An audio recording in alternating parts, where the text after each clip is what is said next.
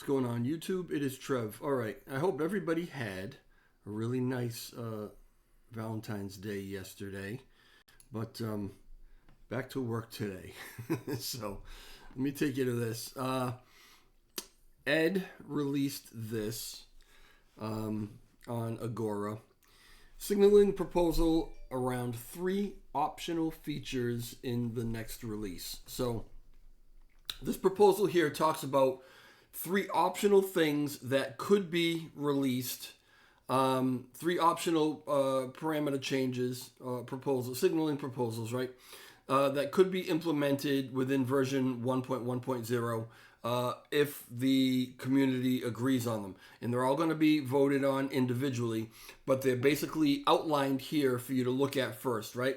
And I believe the way that this is going to work is, we're going to look at them here, we're going to go over them, and then I believe that they're individually, the 3 of them will come up as a proposal on Agora again, right? And then from there, then they go up for actual governance vote, which, in the past, I was really a proponent of taking our time and putting things on Agora, making sure that the maximum amount of community was aware of these proposals and had an opportunity to read them and kind of get a feeling on them. But what I am finding is that some people go to Agora, some people don't go to Agora, and those people that don't go to Agora are never going to go to Agora, right? It's potentially confusing to them. This is the very simple crowd who, likes to keep things very simple, pretty much the people who subscribe to my channel, right? So giving it more time isn't necessarily allowing for more people to come in and read it. It's just going to be the same people that come to Agora all the time. As you scroll through, you see the same faces, the same names. It's just the way it is. So at this point, if there were a way to shorten the process, I would be open to listening to something like that. Currently, we keep things on Agora. I guess typically it's like 7 days, right? So imagine this one will be here for 7 days, and then if we split them up into 3 and put 3 individual proposals up, that'll be up for another 7 days before it even goes up for vote. It's a timely process, and there's got to be a way to whittle that down. All right. Anyway, let me go through this as quick as I can. Okay, so this describes 3 signaling governance proposals that we are seeking consensus for in the next release, version 1.10. These 3 items are all optional. Their inclusion or exclusion will be determined by the outcome of the 3 governance proposals. Please note that you are not voting on a particular piece of code at this time, but rather whether or not you want to see these features included in the next release. If the signaling proposal passes governance, there will be an additional Agora discussion and subsequent governance vote on the actual upgrade code implementation. All right, so that's the way it's going to work. Optional features needing consensus governance. The first 2 optional features have been requested by Binance on December 28th, 2022. Binance made changes to the voluntary burn of Terra Classic trading fees as described in the following announcement. And if you haven't read through this, you can go on this, you can click on it, you can read through it, right? In order for Binance to continue the burn of half their fees, the first 2 items were requested to be implemented in our next release. The 3rd item is a feature that is independent of Binance, and the result has no bearing on their request. So the first 2 options here, basically Binance has said, if you want us to continue to burn half of our fees, then we need these 2 things done. So, call it a request, call it whatever you want to call it. It's pretty much an ultimatum, right? And it comes down to perspective, right? How valuable do you think that these burns from Binance are? Are they so valuable that we, allow them to kind of dictate things that benefit them within our releases and stuff like that? A lot of people think absolutely yes, without a question, right? Binance, controls, they have an awful lot of LUNC, and right now they are the top burner, right? Let me go over here real quick to Long Penguins. And by the way, HCC, I hear that possibly going in for some back surgery or something, and best of luck and a speedy recovery is wished by me. So anyway, so yeah, we can see Binance, 20 billion, right? More than anybody else. So, again, some people feel that burns are absolutely essential. Burns are the way to go. We should really be concentrating on burns. Some people are like, yeah, burns are important, but not the most important thing right now. So this is not a cut and dry one, right? But here's the way that they go. Option 1, wallet exemption to on-chain tax. Binance request number 1 of 2. Binance has requested that the internal movement between Binance-owned wallets be exempt from the burn tax currently set at 0.2%. A list of Binance-owned wallets has been provided to the community via the above announcement. That's the thing up here that I told you can click on and read, right? It was confirmed with Binance that movement to and from Binance wallets will still be taxed. This means deposits and withdrawals are not exempt, but rather only the internal movements between wallets will be exempt for their internal security purposes. This first governance proposal is seeking consensus around this request from Binance. The implementation of this whitelist feature will be parameterized, with the initial list set to be provided Binance list.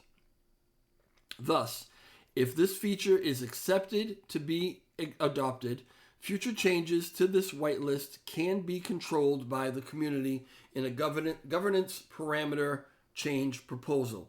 Now, a lot of people, as I said, are like, yep, absolutely, let's do it. If that's what they want, let's do it. Let's keep their burns going. They're burning more than anybody else.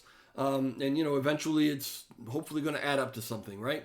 But there is a little pushback on this one, and there's some pushback from, some people who have some pretty valid points, right? And I'll go over just a couple of them real quick in a minute. Let me get through this, though. Optional feature 2, separate burn wallet exempt from seniorage. Binance request 2 of 2. While seniorage has been turned off, there is no guarantee that it could not be changed in the future. Thus, Binance has requested that a separate burn wallet be created where any LUNC manually sent to this burn wallet be excluded from seniorage remit calculation done at the end of every epoch. Basically, any LUNC sent to this wallet is burned and stays burned. There will not be, if that ever changes and the seniorage is turned back on again, which we know basically reminted a portion of what was burned, this wallet would be exempt from that, and it could never happen. If it's burned, it's burned. It's not going to be reminted. The second burn wallet will be publicized and could be used by anyone in the community for this purpose. So if you wanted to burn, or any of these other initiatives that are burning, if you send them to this wallet, you know that there's no chance of them ever, any portion of them ever being reminted or implemented back into the system, right? The second governance proposal is seeking consensus around the creation of this second burn wallet. Those are the 2 Binance requests, right?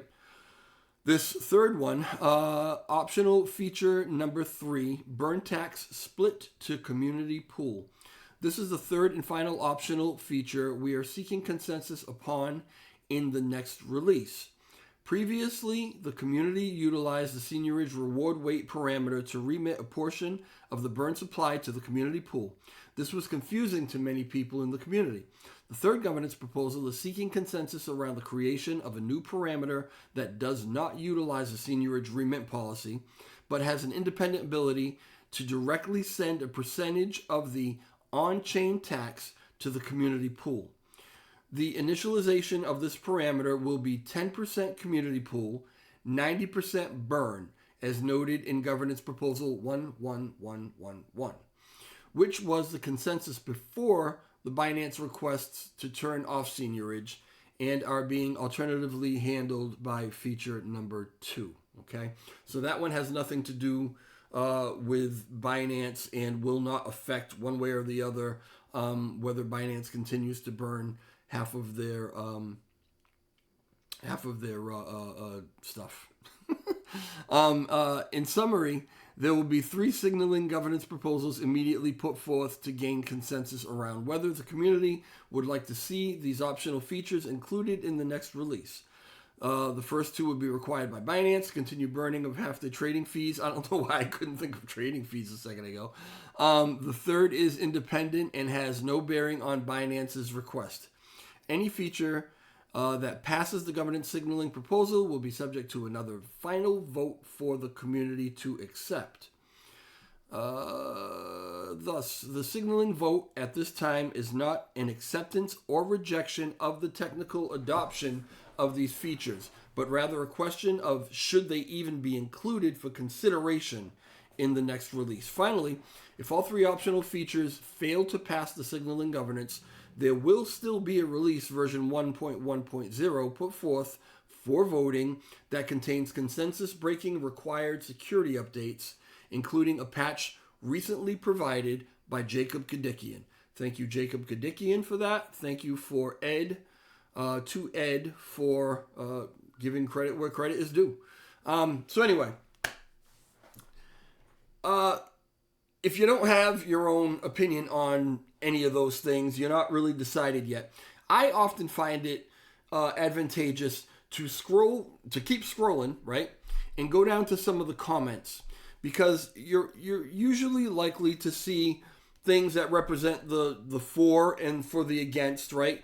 And as you maybe consider some things that you hadn't previously considered, people bring up some things that you hadn't thought about, it helps you to formulate your own opinion on whether this is good, bad, indifferent, how you're going to vote, right? And there are a lot of people that are saying absolutely yes, let's go, all 3 of them, boom, let's go, right? But some people do have, like Defunk had a suggestion. Hey, Ed, with regards to this, I had a suggestion. Instead of splitting the burn tax to the community pool, you should look at splitting the burn tax to the distribution module. The distribution module already splits 50% of the funds to the community pool. So instead of a 90-10 ratio, you could perhaps do an 80-20 ratio with 20% being split to the distribution module, which would in effect split 10% to the community pool, while splitting 10% to the stakers, leading to a broader community alignment. So these are the kind of engagements that we want, right? Whether this is a good idea, bad idea, that's not the point. The point is that this gives the community an opportunity to say, well, what if we tweaked it this way? What if we tweaked it that way, right? And then you have, happy to support. Frank K had some things to say. I'm trying to get down to my friend Rabbi Jebediah, whom you can always count on for an alternate perspective, right? Some of them I enjoy, some of them not so much, but I enjoy the fact that he engages and has no problem putting his opinion out there. So on feature 1, he is a hard no, right? Lunk is supposed to be a community-owned decentralization chain, bowing down to Binance request to receive a pointless burn every couple of weeks is a complete antithesis of that concept. And again, so that's perspective, right? His perspective is that those burns are pointless. Some people say those burns are absolutely necessary. What side of the fence you fall on is really up to you. If Binance really wants to help, then they can spin up an L1 and L2 engineering group who'd work alongside the L1 joint task force that we currently have, right? Or they could offer rewards, bounties to external devs who'd be willing to build on Wonk, or they could greenlight Ed's request for additional funding. They've done none of that. Their burns are just a publicity gimmick. In my humble opinion, we shouldn't whitelist them. If exceptions are to be made for Binance, then Binance ought to offer something equally valuable in return. Again, perspective, right? So some people would say that the burns are equally valuable. Some people's might not feel that way. Rabbi Jeb doesn't feel that way, but he's he's okay on option 2. That's a yes, and undecided on option 3 as far as the tax to the community pool, right? But that, that's him, right? Notably, if I go over to Twitter, Strathcole, my fellow COC member, says, my opinion will probably be unpopular on this, but so be it. I am at a no with 11358, which is the whitelist, right? The same thing that Rabbi Jeb is opposed to. I am not a proponent of whitelisting overall, but the main reason for me in this case is that it's a parameterized tax-free zone, which means in the future a governance proposal, e.g., adds 3 KuCoin addresses to the list. Then that does not mean only internal transfers between those 3 are not taxed. Instead, they are added to the tax-free zone with Binance wallets, and so also transactions between Binance wallets and the new ones would not be taxed. My concern simply is that this will bite us somewhere in the future. Maybe it doesn't, of course, but he's concerned that it might, okay? So it's not cut and dry. There are people that fall down on all sides of this. Do your due diligence. Educate yourself on it as well. Formulate your own opinion. Don't go by just what Strath says. Don't go just by what Jeb says. Don't go just by what Zaradar says, right? I always encourage you to formulate your own opinion, all right? But this is what's going on right now. And, these are some things that we're going to have to be voting on shortly. Let me, how do I do this? I always have a hard time doing this. And I wanted to make you aware of them.